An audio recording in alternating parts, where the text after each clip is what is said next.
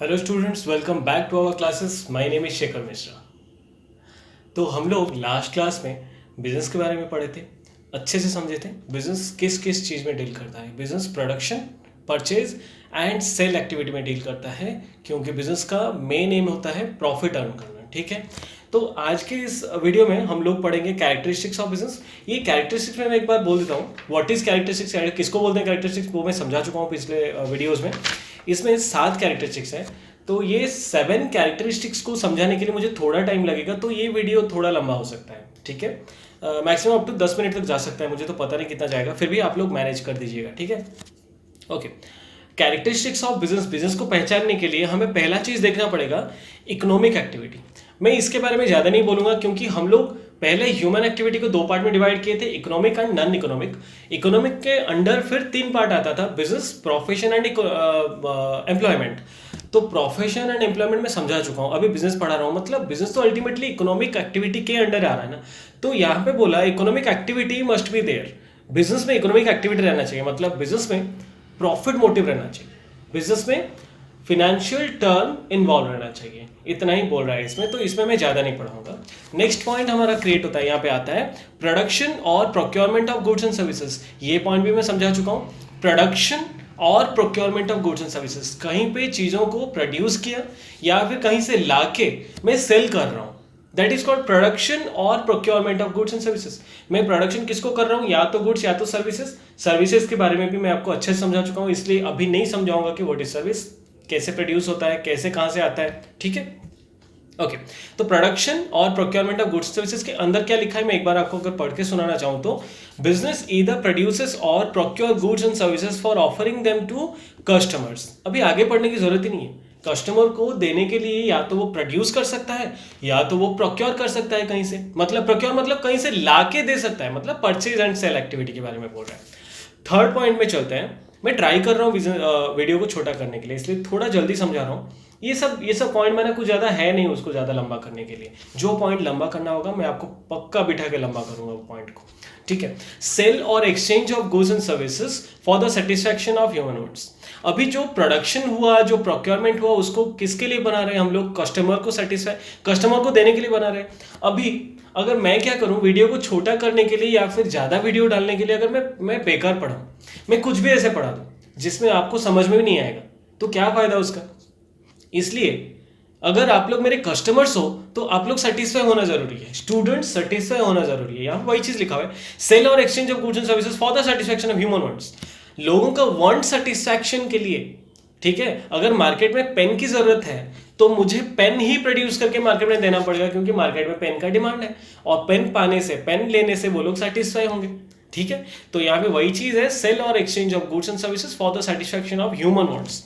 Human wants, लोगों का wants के लिए मैं जो भी काम कर रहा हूँ, दैट इज कॉल्ड बिजनेस। अभी आप लोग सोचेंगे, अगर कोई गाय रख रहे हैं, उनके लिए खाना प्रोड्यूस कर रहा हूँ, गाय जो खाते हैं, काउज, ठीक है, वो लोग जो खाते हैं उनके लिए खाना प्रोड्यूस में कर रहा हूँ, तो वो क्या बिजनेस नहीं है, वो तो ह्यूमन वांट्स के लिए नहीं है। अरे जो आदमी गाय को रखा हुआ है उसका तो इंटरेस्ट है ना कि मेरा गाय खाना खाए, तो उसका इंटरेस्ट तो अल्टीमेटली सेटिस्फाई हो रहा है ना। आप ऐसे सोच के चलिए। ठीक है, और हम लोग क्या सोच के चल रहे हैं, हम लोग बिजनेसमैन हैं, हम लोगों का एक एक वेल एस्टैब्लिश्ड बिजनेस है। ठीक है, we are the owners, we are the entrepreneurs, right. Fourth point बोल रहा है dealing in goods and services on a regular basis. मैं ये पॉइंट पहले से आपको बोल चुका हूँ पिछले वीडियो में, जो भी काम हम लोग करेंगे उसे रेगुलर एक्टिविटी में करेंगे। अगर मैं क्या किया, मेरा एक घर था, मैं उसको सेल कर दिया, बहुत सारा प्रॉफिट आया, तो इसमें प्रॉफिट मोटिव भी रहा, मतलब प्रॉफिट भी रहा, मैं मेरे घर को मैं सेल कर रहा हूँ, प्रॉफिट ले रहा हूँ, और क्या कर रहा हूँ, इसमें फिनेंशियल टर्म इन्वॉल्व हुआ। ये बिजनेस भी बोल सकता हूँ, मैं इसको बिजनेस नहीं बोल सकता हूँ, क्योंकि अगर मेरा घर था, मैं एक बार सेल कर दिया, फिर प्रॉफिट अर्न किया, फिर मेरा घर खरीदा और उसको सेल नहीं किया, उसको मैं अपने पर्पस के लिए रखा, तो ये बिजनेस नहीं है, ये मेरा ज़रूरत था सेल करना घर, मैं कहीं से शिफ्ट हो रहा था कहीं पे, तो वो ज़रूरत था, वो बिजनेस नहीं है। अगर मेरा घर खरीदने और बेचने का बिजनेस हो, या तो मेरा घर कंस्ट्रक्ट करके सेल करने का एक्टिविटी में मैं इन्वॉल्व हूँ, तब जाके उसको बिजनेस बोलेंगे। तो इसमें क्या है, रेगुलर एक्टिविटी। एक दुकानी अगर एक दिन दुकान खोल के चला गया तो वो बिजनेस नहीं है, उसको हर दिन दुकान खोलना पड़ेगा, that is called business, right. तो क्या लिखा हुआ है, dealing in goods and services on a regular basis. Regularly business खोलना है, रेगुलरली बिजनेस अगर कंटिन्यू हो रहा है, कोई चीज में प्रॉफिट मोटिव है, वो चीज रेगुलर काम कर रहा है, बंद होने का मोटिव से काम नहीं कर रहा है, वो रेगुलर बेसिस में काम कर रहा है, तो उसे हम लोग बिजनेस कहेंगे। नेक्स्ट पॉइंट में क्या लिखा हुआ है, profit earning, profit earning activity. Profit earning का मोटिव दिमाग में रहना चाहिए अगर हम लोग बिजनेस करने आए। अगर हम लोग सोचें कि नहीं हम लोग नॉन इकोनॉमिक एक्टिविटी में बिजनेस करेंगे, हम लोगों को प्रॉफिट चाहिए ही नहीं, लोगों को सेटिस्फाई करेंगे खाली, तो वो बिजनेस नहीं है, हमको प्रॉफिट लेना है। Got it. उसमें आ रहा है फिर uncertainty of return. Uncertainty of return मतलब मैं पिछले वीडियो में ये भी बोल चुका हूं कि हालांकि इस साल मेरा प्रॉफिट हो, अगले साल लॉस भी हो सकता है, उसके अगले साल नो प्रॉफिट नो लॉस में रह सकता हूं। जितना मैं प्रोड्यूस किया, जितना पैसा खर्चा हुआ, उतना ही पैसे से सेल हुआ, 1 रुपए का प्रॉफिट नहीं आया। तो कोई भी सिचुएशन आ सकता है। Business uncertainty of return, return मतलब प्रॉफिट, रिटर्न मतलब मेरा जो प्रॉफिट मैं जो अर्न कर रहा हूँ, रेवेन्यू इनकम कर रहा हूँ, वो अनसर्टन हो सकता है, या तो प्रॉफिट या तो बहुत सारा प्रॉफिट, या तो लॉस या तो बहुत सारा लॉस, या तो जीरो में रह सकता हूँ, कोई भी चीज हो सकता है, वो अनसर्टेनिटी। और मैं रेगुलरली प्रॉफिट के लिए काम करूंगा, तभी ना जाके या तो मेरा प्रॉफिट या तो कुछ तो होगा ना, कुछ तो होगा। कुछ काम करने से ही ना आवाज आता है, काम नहीं करेंगे तो आवाज कहां से आएगा, ठीक है ना। यही चीज, यही कॉन्सेप्ट से चलता है, uncertainty of return. Return uncertain हो सकता है, और वही बिजनेस है। अगर मेरा हर महीने सेम पैसा आ रहा है, हर महीने 50,000 आ रहा है, तो वो तो सैलरी हो गया, फिर मैं तो जॉब कर रहा हूँ कहीं पे। ऐसा कैसे हो सकता है, मतलब हर महीने हर साल मेरा सेम ही अमाउंट सेल तो नहीं हो सकता ना, एक ही अमाउंट मेरा सेल हो, एक ही क्वांटिटी का प्रोडक्ट सेल होगा क्या, नहीं ना। अगर डिफरेंट प्रोडक्ट सेल में डिफरेंट हो रहा है, तो फिर प्रॉफिट में भी तो डिफरेंस आएगा ना। Got it. अभी लास्ट पॉइंट हम लोग चेक करने जा रहे हैं, वो है एलिमेंट ऑफ रिस्क। अभी अगर प्रॉफिट और लॉस का बात चल रहा है, तो एलिमेंट ऑफ रिस्क भी है।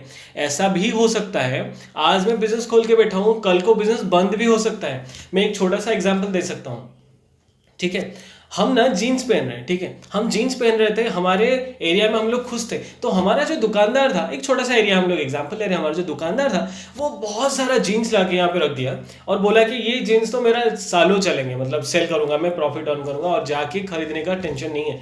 लेकिन ऐसा हुआ, 1 ही महीने के बाद, वो लाया था 6 महीने के लिए प्रोडक्ट, जीन्स लाया था, 1 महीने के बाद लोगों का फैशन सेंस ही चेंज हो गया। टीवी में रामायण महाभारत आया तो लोग धोती पहनना शुरू कर दिए, राजाओं के जैसा ड्रेस पहनना शुरू कर दिए। तो अभी बताओ क्या होगा, वो जीन्स का क्या होगा। अभी इतना सारा जीन्स ला चुका है, जहां पे भी लेके रिटर्न करना जाएगा, वो लोग भी तो बोलेंगे ना कि सर हमारा भी तो सेल नहीं हो रहा है, हम आपसे रिटर्न कैसे ले सकते हैं। तो हो गया ना लॉस, हो गया ना बिजनेस बंद। तो रिस्क का एलिमेंट भी रहना चाहिए, मतलब रहेगा ही बिजनेस में। मैं बोल चुका हूं पहले से, एम्प्लॉयमेंट में नो रिस्क, प्रोफेशन में भी रिस्क नहीं है, ठीक है ना। अगर रिस्क है तो कहां पे है, एलिमेंट ऑफ रिस्क कहां पे है, बिजनेस में है, लॉस होने का चांस है। और मैं कैपिटल इन्वेस्ट करके जीन्स लाया था, आज फैशन ही चेंज हो गया, तो बिजनेस लॉस हो गया ना। आगे जाके हम लोग पढ़ेंगे, ऐसे बहुत सारे फैक्टर्स हैं जिसके वजह से बिजनेस बंद होने के कगार पर आ सकता है, या तो बिजनेस बहुत ऊपर जा सकता है। हम लोग कॉमर्स पढ़ रहे हैं ना, ये सब चीज हम लोग जानेंगे, ये सब प्रैक्टिकल लाइफ है। कॉमर्स पूरा प्रैक्टिकल लाइफ के ऊपर बेस करता है, तो हम लोग पूरा अच्छे से अपने दुनिया को देखेंगे, हम लोग अच्छे से अपने सराउंडिंग को चेक करेंगे कि यहाँ पे क्या हो रहा है, ऐसा कौन कौन सा चीज़ है, कौन कौन सा बिजनेस है जो बंद हुआ है। अभी आप लोगों के लिए टास्क है, ठीक है, जो भी मेरा वीडियो देख रहा है, फाइंड आउट करके आओ ऐसा 3 या 4 बिजनेस। बड़ा बड़ा बिजनेस का नाम मत सोचो, अगर कोई बड़ा बिजनेस का कोई एक सेगमेंट भी, एक बड़ा बिजनेस का एक कोई सेगमेंट भी बंद हो गया ना, उसको भी तुम लोग काउंट करना कि ये बिजनेस बंद हुआ है, तो ये रिस्क का एलिमेंट है। तो कौन कौन सा बिजनेस बंद हुआ है, 3 से 4 नाम लेके आना, ठीक है। जो लोग मेरा वीडियो देख रहे हैं वो लोग प्लीज कमेंट कीजिए ऐसा कुछ नाम, ऐसा कुछ बिजनेस जो बंद हो चुका है, जिसमें लॉस हुआ है, हेवी लॉस हुआ है, या तो पूरा बंद हो चुका है, ठीक है। ऐसा कुछ नाम बोलिए, तो हमें पता चलेगा कि आप लोग रिसर्च भी करते हैं अपने हमारे साथ साथ, ठीक है। Thank you so much. ये वीडियो यहीं पे बंद करते हैं, नेक्स्ट वीडियो में हम लोग बिजनेस को ही आगे लेके जाएंगे, ठीक है। Thank you so much, bye bye, take care.